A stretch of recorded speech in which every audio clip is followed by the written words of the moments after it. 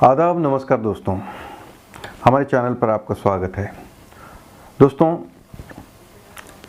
इस कोरोना के महामारी के समय में एक शब्द का प्रयोग हमेशा हमारे कान पर आ रहा है। वो शब्द है न्यू वर्ल्ड ऑर्डर, यानी कि नए विश्व व्यवस्था का निर्माण। दोस्तों, इस शब्द के पीछे कई षड्यंत्रकारी सिद्धांत भी हैं, लेकिन ये सिद्धांत या ये व्यवस्था क्यों इस्टेब्लिशमेंट की जा रही है, इसके पीछे की वजह क्या है? तो दोस्तों, इसके पीछे का जो एक गुप्त रूप से उभरती हुई जो ये व्यवस्था है, ये अधिनायकवादी व्यवस्था है। अधिनायक व्यवस्था मतलब पूरे विश्व पर किसी एक व्यक्ति का सत्ता स्थापित करना। और इस व्यवस्था के परिकल्पना को साकार करने के लिए विश्व के कुछ नामी समूह और नामी गिरामी घराने इसके पीछे कार्यरत हैं। या यूँ कहें कि जो भी इसके पीछे शक्तियां हैं, उन शक्तियों का अगर मैं नाम लूँ तो जैसे कि संगठन जो हैं इल्यूमिनाती, बिल्डर्सबर्ग, रॉथस्चाइल्ड समूह, फ्रीमेसन्स, रॉकफेलर ग्रुप, ये जो नाम हैं शायद बहुत कम लोग जानते हैं, लेकिन इस विषय की गहराई में जाने पर समझ में आता है कि इन सब नए विश्व निर्माण के लिए, जो नई विश्व निर्मित की जो व्यवस्था आने वाली है, इस व्यवस्था के लिए ये सब समूह काम करते हैं।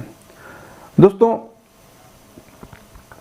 पिछले 10 फरवरी 2021 को हमारे संसद में हमारे प्रधानमंत्री आदरणीय नरेंद्र मोदी जी ने एक शब्द का प्रयोग किया था। मैं अगर उनके शब्दों में कहूँ तो उन्होंने कहा था कि कोरोना के बाद भी एक नया वर्ल्ड ऑर्डर नजर आ रहा है। ऐसी स्थिति में भारत विश्व से कटकर नहीं रह सकता है, हमें भी मजबूत प्लेयर के रूप में उभरना होगा। कोरोना के दरमियान भारत ने जिस प्रकार से अपने आप को संभाला और दुनिया को संभालने में मदद की, एक प्रकार से टर्निंग पॉइंट है। जिस भावनाओं को लेकर के, जिस संस्कार को लेकर के वेद से विवेकानंद तक हम पले बढ़े हैं, वो है सर्वे भवन्तु सुखिनः। ये सर्वे भवन्तु सुखिनः, सर्वे सन्तु निरामया, ये कोरोना कालखंड में भारत ने इसको करके दिखाया है। और भारत ने एक आत्मनिर्भर भारत के रूप में जिस प्रकार से एक के बाद एक ठोस कदम उठाए हैं और जन सामान्य ने उठाए हैं, लेकिन हम उन दिनों को याद करें कि जब दूसरा विश्व युद्ध समाप्त हुआ था, 2 विश्व युद्ध ने दुनिया को झकझोर दिया था। मानव जात, मानव मूल्य संकट के घेरे में थे, निराशा छाई हुई थी। और सेकेंड वर्ल्ड वॉर के बाद पोस्ट वर्ल्ड वॉर एक दुनिया में एक नया ऑर्डर, न्यू वर्ल्ड ऑर्डर, उसने आकार लिया। शांति के मार्ग पर चलने के शपथ हुए। सैन्य नहीं, सहयोग, इस मंत्र को लेकर के दुनिया के अंदर विचार प्रबल होते गए। यूएन का निर्माण हुआ, इंस्टीट्यूशंस बनी, भांति भांति के मैकेनिज्म तैयार हुए ताकि विश्व को पोस्ट वर्ल्ड वॉर के बाद एक सुचारू ढंग से शांति की दिशा में ले जाया जाए। लेकिन अनुभव कुछ और निकला। अनुभव ये निकला कि दुनिया में शांति की बात हर कोई करने लगा। पोस्ट वर्ल्ड वॉर शांति की बातों के बीच भी हर कोई जिसकी ताकत थी अपनी सैन्य शक्ति बढ़ाने लगा। वर्ल्ड वॉर के पहले दुनिया के पास जो सैन्य शक्ति थी, यूएन के बाद वो सैन्य शक्ति अनेक गुना बढ़ गई। छोटे मोटे देश भी सैन्य शक्ति की स्पर्धा में आने लग गए। शांति की चर्चा बहुत हुई, लेकिन हकीकत इस बात विश्व को स्वीकार करना होगा कि सैन्य शक्ति की तरफ बड़ी बड़ी ताकतें और पुरजोश चल पड़ी। जितने इनोवेशन हुए, रिसर्च हुए, वो इसी कालखंड में हुए सैन्य शक्ति के लिए। पोस्ट कोरोना भी एक नया वर्ल्ड ऑर्डर नजर आ रहा है। पोस्ट कोरोना के बाद दुनिया में एक नया संबंधों का वातावरण शेप लेगा। हमें तय करना है कि हम वर्ल्ड वॉर के बाद एक मुख्य दर्शक के रूप में बदलती हुई दुनिया को देखते रहे और अपने आप को कहीं एडजस्ट हो सकते तो करने की कोशिश की। हमारे लिए वो कालखंड भी वैसा ही था। लेकिन आज पोस्ट कोरोना जो नया वर्ल्ड ऑर्डर तैयार होगा, और होना ही है, किस रूप का होगा, कैसा होगा, कौन उसको इनिशिएट करेगा, वो तो वक्त बताएगा। लेकिन दुनिया ने जिस प्रकार से संकट को झेला है, दुनिया इस पर सोचने के लिए मजबूर हुई है और होना है। ऐसी स्थिति में भारत विश्व से कट करके नहीं रह सकता। भारत एक कोने में गुजारा नहीं कर सकता है। हमें भी एक मजबूत प्लेयर के रूप में उभरना होगा। लेकिन सिर्फ जनसंख्या के आधार पर हम दुनिया में अपनी मजबूती का दावा नहीं कर पाएंगे। वो एक ताकत है, लेकिन इतनी ताकत मात्र से नहीं चलता है। नए वर्ल्ड ऑर्डर में भारत को अपनी जगह बनाने के लिए भारत को सशक्त होना पड़ेगा, समर्थ होना पड़ेगा, और उसका रास्ता है आत्मनिर्भर भारत। आज फार्मेसी में हम आत्मनिर्भर हैं, हम दुनिया के कल्याण के काम आते हैं। भारत जितना आत्मनिर्भर बनेगा और जिसकी रगों में सर्वे सुखिनः भवन्तु का मंत्र जड़ा हुआ है, वो जितना सामर्थ्यवान होगा, मानव जात के कल्याण के लिए, विश्व के कल्याण के लिए एक बहुत बड़ी भूमिका अदा कर सकेगा। और इसलिए हमारे लिए आवश्यक है कि हम आत्मनिर्भर भारत इस विचार को बल दें और ये हम मान के चलें। ये किसी शासन व्यवस्था का विचार नहीं है, ये किसी राजनेता का विचार नहीं है। आज हिंदुस्तान के हर कोने में vocal for local, vocal for local सुनाई दे रहा है और लोग हाथ लगाते देखते हैं। लोकल, यह आत्मगौरव का भाव आत्मनिर्भर भारत के लिए बहुत काम आ रहा है। और मुझे विश्वास है कि हम सबकी सोच, हमारी नीतियां, हमारे निर्णय भारत को आत्मनिर्भर बनाने के लिए जो भी आवश्यक बदलाव हो, उस बदलाव की ओर होने चाहिए। ये मेरा मत है। इस चर्चा के अंदर करीब करीब सभी माननीय सदस्यों ने कोरोना की चर्चा की है। हमारे लिए संतोष का विषय है, गर्व का विषय है कि कोरोना के कारण कितनी बड़ी मुसीबत आएगी। ये जो दुनिया में अनुमान लगाए गए थे, बहुत बड़े बड़े एक्सपर्ट ने अनुमान लगाए थे। भारत में भी एक भय का वातावरण पैदा करने के लिए भरसक प्रयास भी हुए थे और एक अननोन एनिमी था, तो विश्वास से कोई कुछ नहीं कह सकता था, विश्वास से कुछ कोई कर भी नहीं सकता था। एक ऐसे अननोन एनिमी के खिलाफ लड़ना था और इतना बड़ा देश, इतना थिकली पॉपुलेटेड देश, इतनी कम व्यवस्थाओं वाला देश, दुनिया को शक होना बड़ा स्वाभाविक भी था, क्योंकि विश्व के बड़े बड़े देश कोरोना के सामने घुटने टेक चुके थे। तब भारत कैसे टिक पाएगा?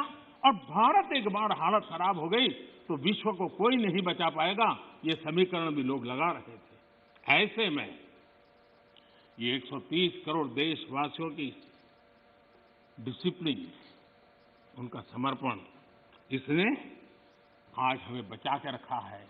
क्रेडिट गोज टू 130 करोड़ हिंदुस्तानी। इसका अर्थ ये है दोस्तों कि कोरोना के महामारी काल के बाद ये परिस्थितियां जब बदलेंगी तो नए विश्व निर्माण की जो एक संकल्पना है उसे पूरा करने के लिए जो समूह कार्यरत हैं वो अपनी परिकल्पना को साकार करते नजर आएंगे। दोस्तों, इसके पीछे जो घराने हैं, जो समूह हैं, इनकी मंशा क्या है, इनका इरादा क्या है, इनका मोटिव क्या है? तो दोस्तों, जो विश्व में जो बढ़ता हुआ भूमंडलीयकरण है, निजीकरण है, उदारीकरण है और यूं कहें कि एफडीआई है, ये सब इसी एजेंडे की देन है। यानी कि आयात निर्यात पर नियंत्रण, प्राकृतिक संसाधनों को खत्म करने का, जैविक और रासायनिक हथियारों का उपयोग, एमएनसी का प्रभुत्व, मौसम और पर्यावरण संबंधी आपदाओं आदि को नियंत्रित करना भी इसी कड़ी का हिस्सा है। साथ साथ किसी देश में किसी सत्ता को सत्ताधीश करना, किसी सत्ता को उखाड़ फेंकना, जो इनके इरादों में विरोध करेंगे जो सरकारें, उन सरकारों को उखाड़ फेंकना या किन देशों में इनकी मनचाही कठपुतली सरकारें कार्यरत कराना, ये सब इसके पीछे का एक राज है, एक कारण है। इसमें ये जो समूह है, ये जो संगठन है, ये सरकार बनाएंगे भी और गिराएंगे भी। ये सब इन लोगों के एजेंडे में शामिल है। दोस्तों, जो भी सरकारें इनके जो एजेंडे में अड़ंगा डालेंगी वो सरकार ये लोग गिराएंगे, और जो लोग इनके एजेंडे को सपोर्ट करेंगे, साथ देंगे इनका, वो सरकारें ये लोग स्वयं उन सरकारों का स्थापित करेंगे सरकारों को। तो ये लोग क्या क्या करेंगे? जनसंख्या का नियंत्रण ये सबसे प्राथमिक उद्देश्य है दोस्तों। ये जो नए विश्व निर्माण की जो संकल्पना है, इसमें सबसे पहला कार्य इनका रहेगा कि जनसंख्या पर नियंत्रण करना। जैसे कि प्रजनन को रोकना, समलैंगिक संबंधों को बढ़ावा देना, समलैंगिक विवाहों को बढ़ावा देना, गर्भपात और गर्भ निरोधन की जो भी व्यवस्था है इसको बढ़ावा देना। ये सब अगर होगा तो जो जनसंख्या बचेगी ये थोड़ी रहेगी और इन पर नियंत्रण स्थापित करना आसान होगा। या यूं कहें कि इनका जो उद्देश्य है, इनका जो लक्ष्य है, ये जनसंख्या को जितना ज़्यादा हो सके उतना ज़्यादा नियंत्रित करना चाहते हैं। और इसके साथ साथ दोस्तों, ये लोग जनसंख्या पर भी नियंत्रित करने के लिए चाहे कोई भी मार्ग अपना सकते हैं, जैसा कि बीमारियां, वायरसेस आना, महामारी आना, और तो और दोस्तों, जो फार्मास्यूटिकल कंपनीज हैं, औषधीय निर्माण, ये भी इन्हीं लोगों के हाथ में है। किस देश में, किस समूह में कौन सी बीमारियां आएंगी, कौन सी महामारी आएंगी और उन्हें कौन सी औषधीय गुणधर्म उन पर लागू होंगे या नहीं होंगे, या उनको कौन से औषध दी जाए, ये भी ये लोग नियंत्रित करेंगे या करते आए हैं। इसके साथ साथ दोस्तों, विश्व के हर व्यक्ति पर इनकी निगरानी होगी। यानी यूं कहें कि आम नागरिकों की सेंसरशिप भी इन लोगों के हाथ में होगी।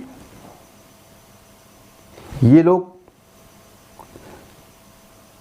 हर इंसान पर नजर रखेंगे। इसके लिए चाहे ये कोई भी मार्ग अपनाएंगे। इसके लिए मैंने एक छोटे से उदाहरण के तौर पे YouTube पर एक फिल्म थी हॉलीवुड की जो रिलीज नहीं हो पाई। शायद उसके डायरेक्टर और उसके फैमिली के साथ कुछ एक हादसा हुआ जिसमें वो लोग मारे गए, और वो हत्या क्यों हुई, क्या हुई, ये आज तक भी पता नहीं। तो वो फिल्म है ग्रे स्टेट। ग्रे स्टेट में इन शक्तियों का हर आम आदमी पर, हर आम इंसान पर जो सेंसरशिप का जो एक इनका इरादा है,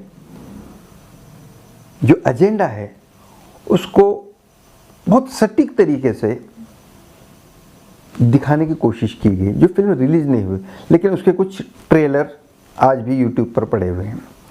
वो ये दर्शाता है कि हर इंसान के बॉडी में एक नैनो चिप प्लांट की जाएगी और उस चिप के माध्यम से उपग्रह से, सैटेलाइट से लोगों पर नियंत्रण रखा जाएगा। ये इन शक्तियों का एक एजेंडा है। ये उद्देश्य है कि ये लोग पूरी दुनिया पर अपनी सत्ता काबिज करना चाहते हैं। अब क्यों करना चाहते हैं, इसके बारे में भी कई अलग अलग राय हैं। अगर इसको धार्मिक रूप से लें तो दोस्तों, क्रिश्चियनिटी यानी ईसाई धर्म और इस्लाम में एक जिक्र किया गया है, जो एक फॉल्स प्रॉफिट आएगा जो इस दुनिया पर हुकूमत करेगा, जो स्वयं के यानी खुद के, अपने आप के ईश्वर होने का दावा करेगा, जिसे इस्लाम में दज्जाल कहा गया है